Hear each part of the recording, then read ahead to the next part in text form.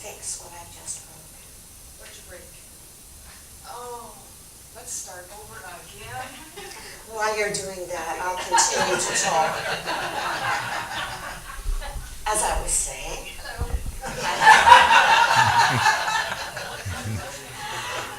all this time during my ministry, I have never really had what I will call a warm-up act come before me.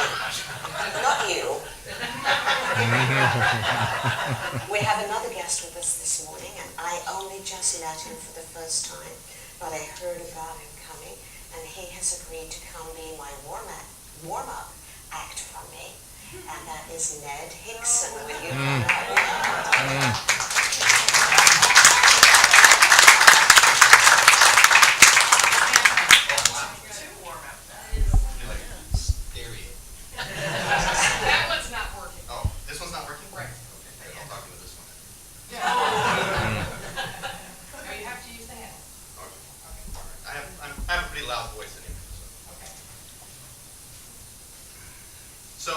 When I found out that the topic was going to be laughter, for anyone who knows me, that's a really, it sounds kind of like a contradiction, but it's a serious subject to me. I think can you hear me okay? No. Yeah. No. Are we No. recording? Here we go. Oh, here we go. How you doing? I thought to me it's an important subject. I think now more than ever, humor is really needed in this world. Not just because of the elections, but because of everything else. We're constantly being distracted by our devices and technology, and we're being asked to, we're constantly getting tweets and instant messages, and it's just all the time. And we forget to live in the moment. And I think when we're laughing is that time that we are in the moment. You're not thinking about anything else. So laughter is really important. The more we laugh, the more we're in the moment, and that's kind of where we need to be. So anyway, I'm real privileged to be here to kind of be the warm-up for the headliner over here. And so I'm just going to read a little thing. It's a piece I wrote a while back, and it's about the official start of spring, at least the way it used to be around my house. We now live in a home that doesn't have grass, so I don't have to worry about mowing. But back then, it was a big deal. So it's called Spring Officially Starts Once You've Mowed Over Your Hibachi. The official start of spring is almost here.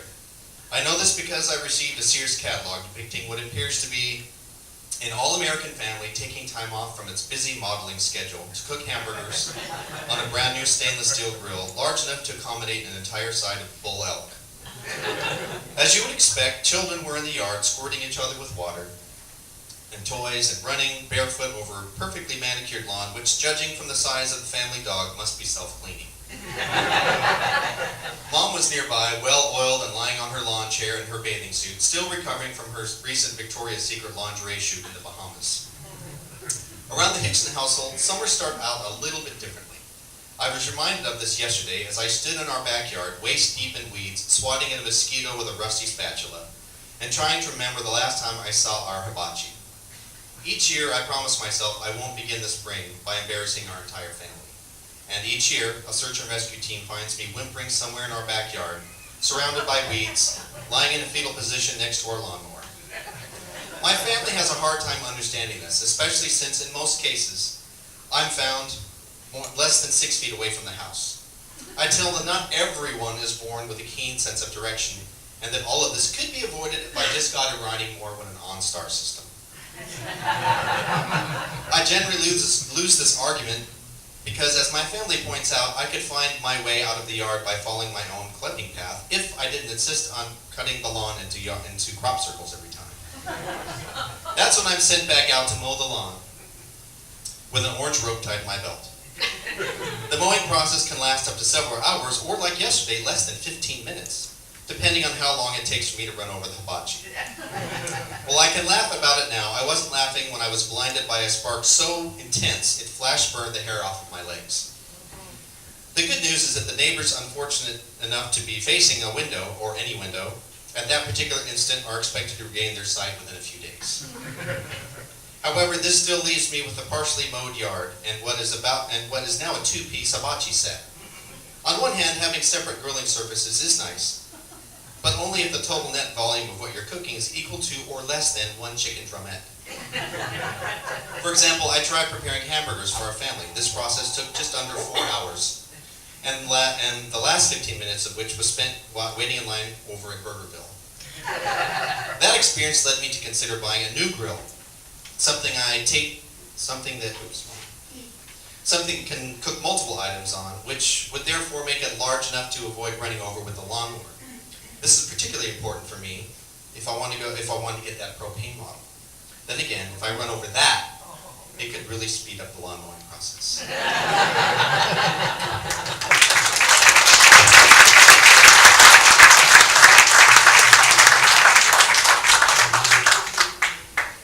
Thank you so much, Ned. I know that there are people here that can relate exactly to every word you've said.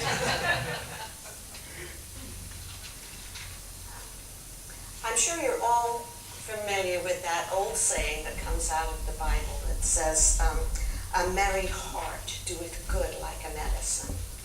And I think Ned has just helped us to get started. So I would like to continue with a little experiment of my own. And this is an article from which I took a few pieces, and Ned may know this gentleman. His name is Richard Lederer, and he's a columnist. And he contacted a lot of professors and teachers and wanted to put together a history of the world as written by their students. And this is what he says. It is truly astounding what havoc students can wreak upon the chronicles of the human race. I have pasted together the following history of the world from genuine student bloopers collected by teachers throughout the United States, from 8th grade through college level. I want you to remember that bit. Okay. And I want to do this because, as Ned hinted when he started speaking, this is a time when I really agree with him. I really feel we need some upliftment.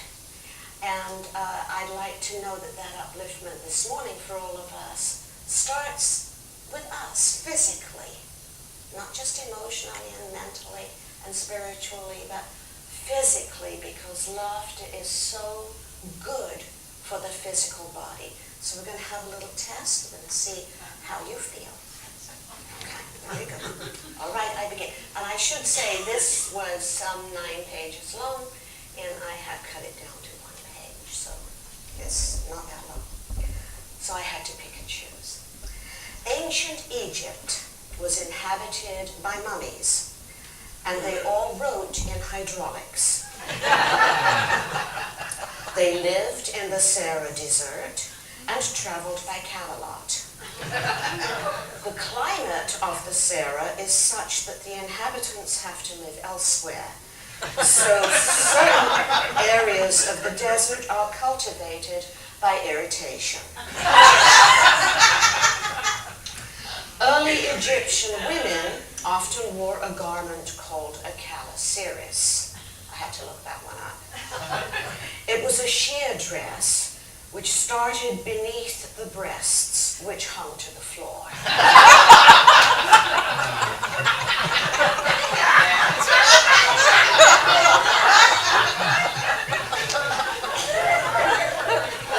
Some of us can obviously relate to that. The Greeks were a highly sculptured people. And without them, we wouldn't have history. The Greeks also had myths. A myth is a female moth. One myth says that the mother of Achilles dipped him into the river Styx until he became intolerable. Achilles appears in the Iliad by Homer. Homer also wrote the Odyssey, in which Penelope was the last hardship that Ulysses endured. Socrates was a famous Greek teacher who went around giving people advice. They killed him.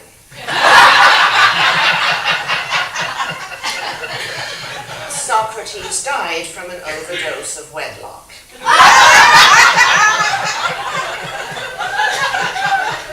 Julius Caesar extinguished himself on the battlefields of Gaul. The Ides of March murdered him. Dying, he gasped out, "Tee-hee, Brutus."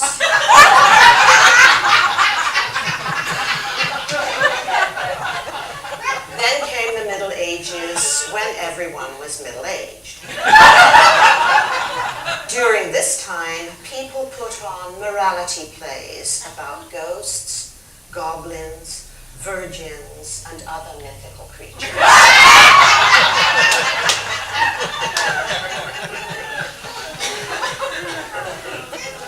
And I'll stop here with an English one, just because I can.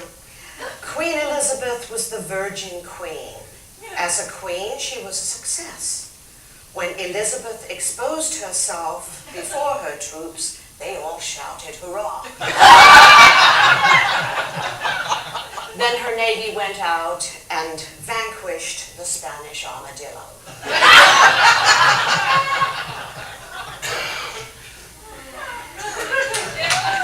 Now, oh, there's more. I'm saving some. What I want to ask you right at this moment, and this is a real question, how do you feel? Okay. You feel light. And that's one of the wonderful things that good humor does for us.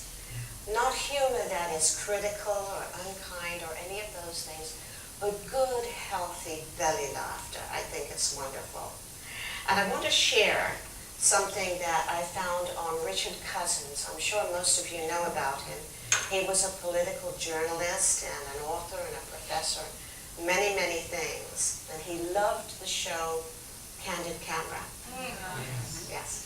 And he said this, "I made the joyous discovery that 10 minutes of genuine belly laughter had an anesthetic effect and would give me at least 2 hours of pain-free sleep." He was not a well man at that time and living in a great deal of pain. So it's a physical thing, he says, and many other doctors too. I don't know the scientific reason for that. Massages the heart, releases endorphins or some good thing. But it's good for us. And we need to take more time to find ways to enjoy that. Now we're coming up to the Renaissance, and we start again in my little history with Shakespeare. And I found this from Shakespeare, The Taming of the Shrew. When he was writing this, he said, "Frame your mind to mirth and merriment, which bars 1,000 harms and lengthens life." Frame your mind to mirth. In my words, guard your atmosphere. Guard your atmosphere, the atmosphere of your consciousness. Okay, back to our test. The greatest writer of the Renaissance was William Shakespeare. Shakespeare was born in the year 1565. 1564. He was born then, supposedly on his birthday. He wrote tragedies, comedies, and hysterectomies, all in Islamic pentameter. The clown in As You Like It is named Touchdown. And Romeo and Juliet are an example of a heroic couplet. Romeo's last wish was to be laid by Juliet.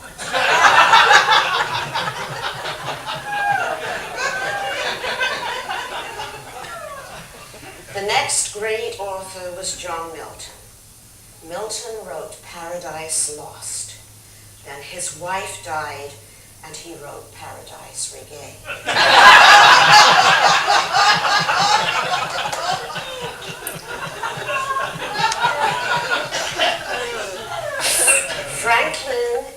Benjamin Franklin invented electricity by rubbing two cats backwards.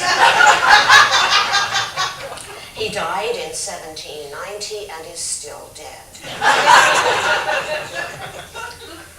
Johann Bach wrote a great many musical compositions and had a large number of children. In between, he practiced on an old spinster that he picked up on his back.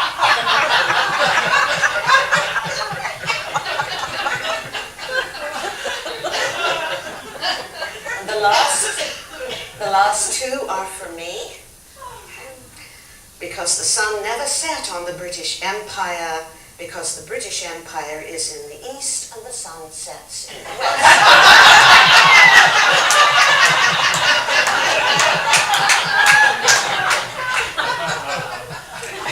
And lastly, my very favorite, Sir Francis Drake circumcised the world with a 100-foot clipper.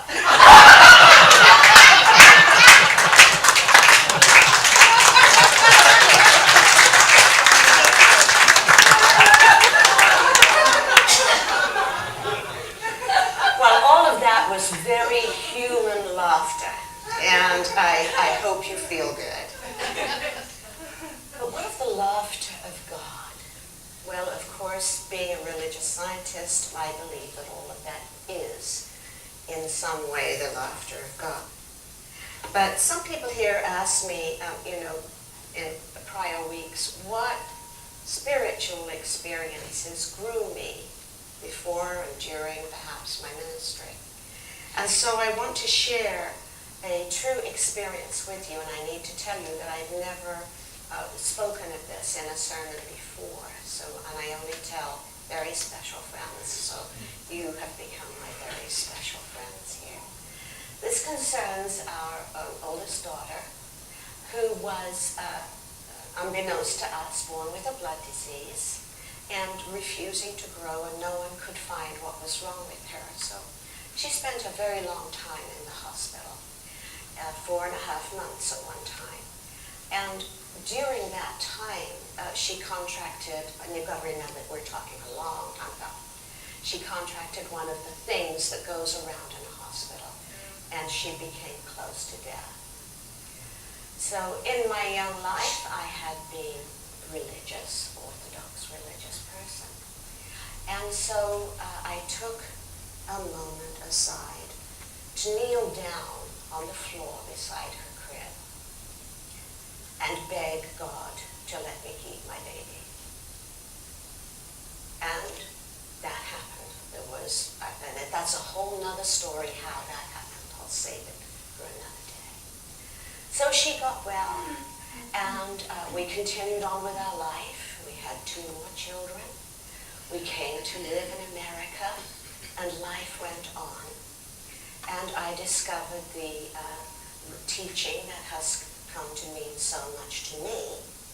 And I began my lessons and went on and became a minister.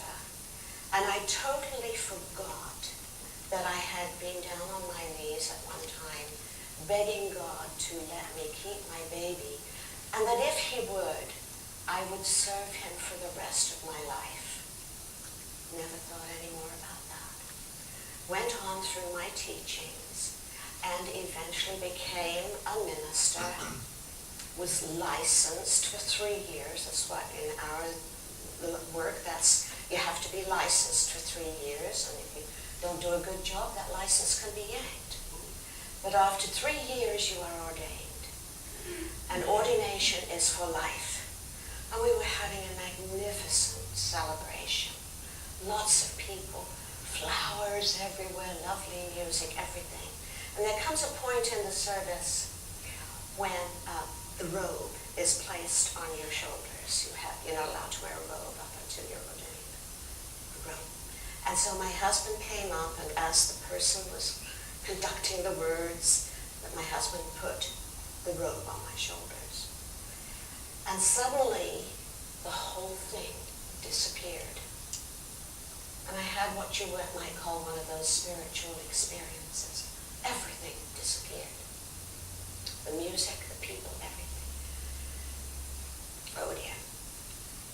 suddenly saw this young woman on her knees beside a crib. And I realized it was me, and she was saying, if you will let me keep my baby, I will serve you for the rest of my life.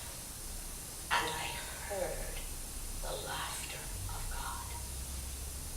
I heard it like, at that moment, I can't say it was a sound. All I can say is it was a great, deep laughter to me. I have no other words for it. It was a beautiful, spiritual feeling. I'm probably only 2 or 3 seconds, I don't know. I'm sure no one ever noticed that I was missing for a moment. But later, I was led to a book called The Laughter of God. And in the book, I found the very experience that I'm trying to share with you.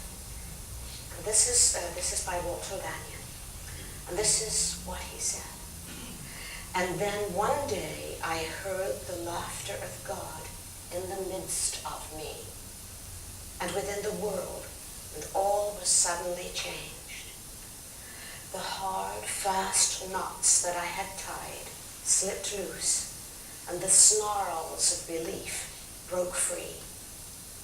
The river of my human life, frozen by 1,001 false ideas and teachings, broke joyously into expression and went to the infinite sea of life.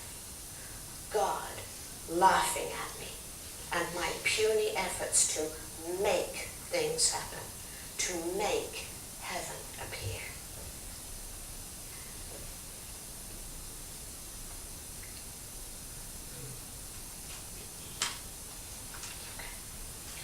Not the laugh of derision. Not the laugh of derision, but of infinite compassion. A laughter so deep and so sweet and so pure and glorious that everything in the nature of struggle gave way before it. And I put those words to the experience that I had had, and I realized then what a struggle my life had been up to that point. It wasn't that it seemed like a struggle when I was doing it. You just did what you had to do. You made the best of what you had, and you worked hard to try to make things better and change things. And even up to getting into the ministry, all those years of education and traveling and all of that stuff, it hadn't seemed like a struggle, but I realized that it was. I had made it one. And all of that broke away in that moment. All of that I realized was not a waste of time, but a waste of my worry. There had been no need to worry. Everything had worked out fine, even though in the moment it hadn't seemed so. But when I allowed the laughter of God to fill me, my life, as Mr. Lanyon said, was absolutely changed. So I will leave that part of my talk there and ask you this in reference to what's going on in the world today. We can bring that laughter of God into our lives. How well, if we choose to. But can we tame the shrew? Can we tame what's being spoken in the world? Can we tame that ugliness that's concerning us these days? And I will say, yes, we can. We can start with ourselves. Everything we think and do and say is a choice. We have choices. Do we, can we, will we see the presence of God in all of these people and all of these situations and try to find some better way to look at things and speak of things and do things. I did one thing a while ago that brought that laughter of God into my life. I didn't realize I was doing it on purpose, but I did. We were traveling on vacation and we needed some supplies for our camper. And I went into a grocery store that I'd never been in before. And I went to the counter where they do the meat and the cheese and stuff like that.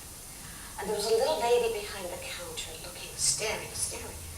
And I had a brooch, a pin, that I had bought in a junk store for $2 because I liked it. It was pretty. It was balloons, beautifully colored balloons on a golden stem with a little ribbon. And she finally said, "Oh, could I come around and look at your brooch?" And I said, "Certainly." And she just raved and touched it and loved it and went back and said, "Thank you for letting me do that." Fine. She wrapped up my cheese and I went and paid. And I decided to go back in the store. And I went back in the store and I looked. And she was busy with people. So I went up to another server and I said, "This pin belongs to that lady over there. Could you give it to her for me, please? I see she's busy." And she said, "Oh, Sarah, sure, absolutely." I said, "Thank you so much." And then I snuck back around the corner and hid. And I watched as Sarah got her brooch. Oh, and I saw her looking for me. You know, she wanted to say thank you, but I kept away. And in that moment, the laughter of God. I was so happy with myself. The feeling that I got in that moment lasted me for a week.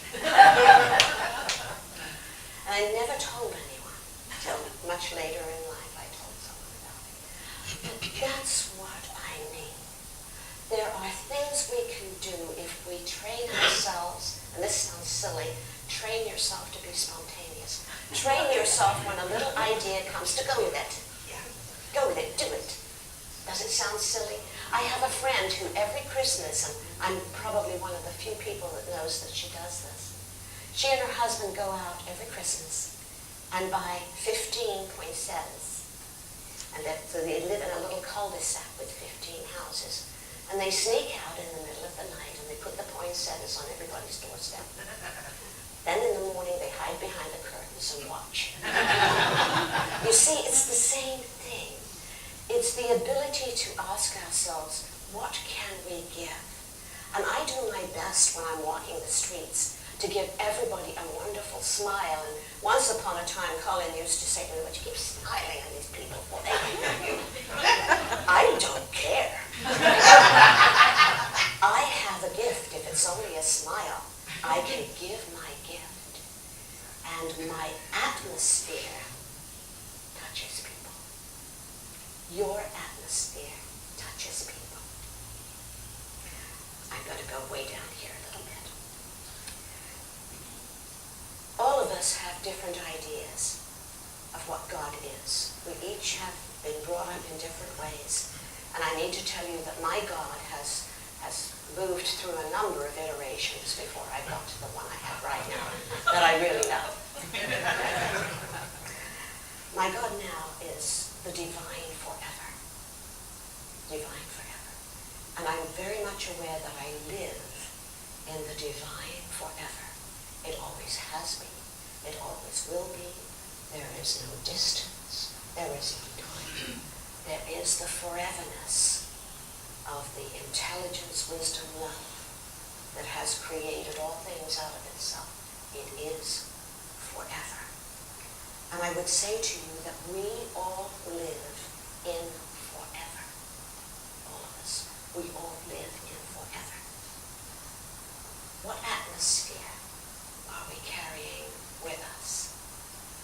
What atmosphere? I was going to share something else with you, but I will not.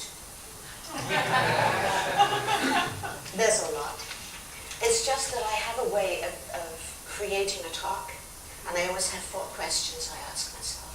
Sometimes more, but always these 4. What do you want to talk about? Why is that important? What can anyone do about it? And what will be the results? And so even though my talk this morning was called The Laughter of God, my talk is about our atmosphere, the atmosphere of our consciousness. And it's important because it affects our livingness. And what we can do about it is choose to be mindful that we are not buying into or agreeing with the ugliness that we hear and see, but then we say, but I live in forever, and I take none of that where I go in my daily life. And the result, of course, is less stress, more love, more perfect health, and all of the good things in life. And there is so much of the love of God around us, and I was so thrilled with the reading this morning that had some wonderful things that to me describe the love, the laughter, and the love of God. Streams in the summer, watching babies grow, seeing puppies play, doing good, laughing at our own mistakes.